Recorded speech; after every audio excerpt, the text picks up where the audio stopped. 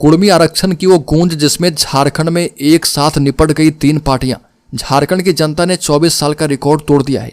बिहार, बंगाल और झारखंड में कुर्मी समुदाय का सियासी वर्चस्व रहा। अकेले झारखंड में कुर्मी जाति की आबादी 15% के आसपास है। 1980 में कुर्मी समुदाय के लोगों ने खुद को अनुसूचित जनजाति में शामिल करने की मांग की। समुदाय का तर्क था कि पिछड़ेपन के आधार पर उन्हें यह हक मिलनी चाहिए। झारखंड और बंगाल के कई हिस्सों में इसको लेकर आंदोलन हुए। उस वक्त झारखंड में विनोद बिहारी महतो कुर्मी का नेतृत्व करते थे। धीरे धीरे कुर्मी समुदाय के मुद्दे को आजसू ने उठाना शुरू किया। सुरेश महतो इसके कर्णधार बने। मुख्यमंत्री रहते अर्जुन मुंडा ने कुर्मी जाति को एसटी में शामिल करने का प्रस्ताव पास किया, लेकिन केंद्र ने डिमांड उस वक्त खारिज कर दी। हाल के दिनों में जयराम महतो ने नए सिरे से इस मांग को हवा दी है। जयराम बीजेपी से 1932 के खतियान नीति और कुर्मी आरक्षण को लागू करने की मांग लंबे वक्त से कर रहे। जयराम इसी मुद्दे के आधार पर चुनाव में भी उतरे थे। उनकी पार्टी का नाम झारखंड लोकतांत्रिक क्रांतिकारी मोर्चा है।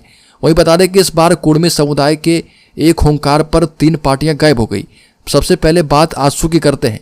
10 सीटों पर एनडीए गठबंधन के सहारे चुनावी मैदान में उतरने वाली आजसू सिर्फ 1 पर जीत हासिल कर पाई और इस बार के चुनाव में कुर्मी आरक्षण की आग ने बीजेपी को भी साफ कर दिया।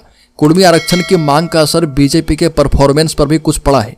बेरमो सीट पर बीजेपी के उम्मीदवार रविंद्र पांडे तीसरे नंबर पर पहुंच गए और जहां जयराम खुद चुनाव लड़ रहे थे और उन्हें 60,000 वोट मिले। इसी तरह बोकारो सीट पर भी बीजेपी के बिरंची नारायण चुनाव हार गए। बिरंची को कांग्रेस की श्वेता सिंह ने पटखनी दे दी। गिरिडीह सीट पर भी बीजेपी की हार की वजह जयराम के उम्मीदवार ही बने और यहां पर झारखंड मुक्ति मोर्चा को जीत मिली और खुद जेएलकेएम का भी यही हाल हुआ। जयराम महतो भले कुर्मी आरक्षण के मुद्दे पर मुखर थे, लेकिन उनकी पार्टी का भी प्रदर्शन बेहतरीन नहीं रहा।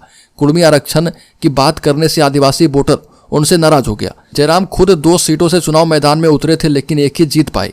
जयराम महतो की पार्टी ने कुल 71 उम्मीदवार उतारे थे, लेकिन 1-2 को छोड़कर बाकी दूसरे नंबर पर भी नहीं रहे।